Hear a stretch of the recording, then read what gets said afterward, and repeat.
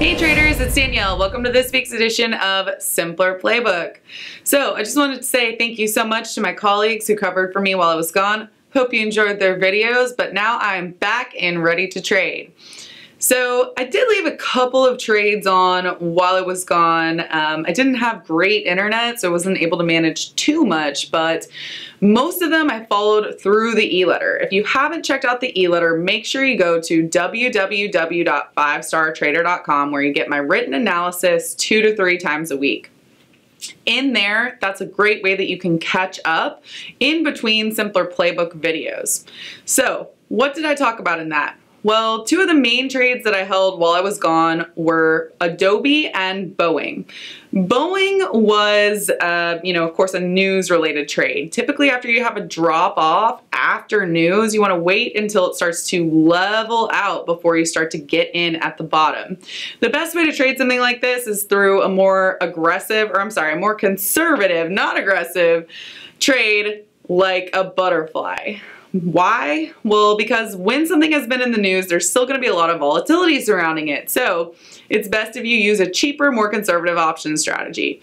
This way, you can get in and try to carry it to the upside as it climbs higher when the bad news wears off. The second trade that I left on while I was gone were my long calls along with some butterflies in Adobe. Adobe is one of the prime cloud stocks, and honestly, I consider it one of the key market leaders along with Amazon, Microsoft, Salesforce, and we had a really nice daily squeeze on Adobe. So I traded this with an unbalanced butterfly, a butterfly, and then more aggressively some long calls. So for the most part, I was pretty light, and when I got back from vacation on Monday, I checked out the market, and not really to my surprise, it had remained strong, but still when you don't have an internet connection, you don't really want to be fully loaded up. So on Monday, I started looking for some trades. Now, this was a little bit problematic because the markets were at an extension point. I think they were trading about 2850 or so, and I had a target of 2886. Well, today the S&P has hit almost 2900. It's about 11:30 right now, so there's still time left in the day that it might close above it, but we don't know that yet. But regardless, the S&P, the Dow, and the NASDAQ have had phenomenal rallies. They have been able to break through the last areas of key resistance, and now we are extended. So what do we do in this market here? Well, honestly, I only have a couple of trades on right now. Yesterday, we saw a pretty sharp drop in the cloud stocks, which I found a great opportunity to add some longs in PANW and add some more size on TWLO. Now, the cloud stocks are very risky and they're very volatile, so I typically do not say that they're great for beginners. But in a market that is breaching to new high after new high after new high, you do really want to stick with those flyers that are typically the stocks that are going to outperform the market anyways. Why? Because when you get up near extensions, the problem is that most of the other stocks are tired. They're running out of energy. The market's running out of energy. And so when you stick with some of those more aggressive names, those are the ones that are more likely to hit to the next level.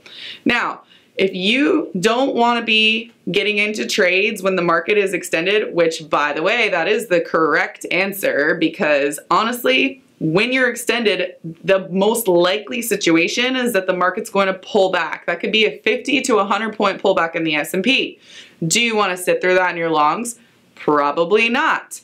Maybe if you have some that are expiring 25, 30 days till expiration, that would be a good idea. So you really have to think about it. For me, I have very small size on right now. I added on a couple trades in those cloud names, and then I also have a couple from my millennials list that I was looking at. ETSY and Chegg, to name a few. Why? Again, because we got a pullback in the market yesterday. Now, honestly, I think by the end of the day, I'm going to be getting mostly flat. The one exception to this is that if we do get a breach of 2,900 in the S&P, I feel like it's just going to cause a further melt up. Why? Because you have so many people saying, hey, guess what? This is really the very, very last area of resistance in the S&P before we go on to make new highs.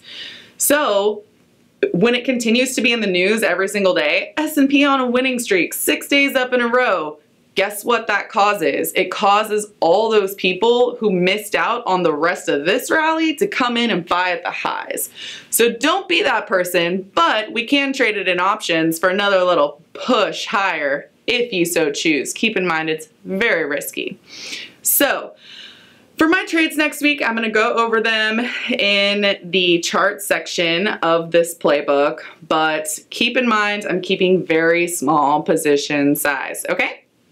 For those of you coming to us on YouTube who aren't with me in Simpler Foundation, this is where I leave you. For my Simpler Foundation members every week, I include an additional segment in the video with in-depth charting analysis, trade ideas, and my entries and exits. So if you'd like to join me in Simpler Foundation, click the link right above, and I'll see you in the next episode.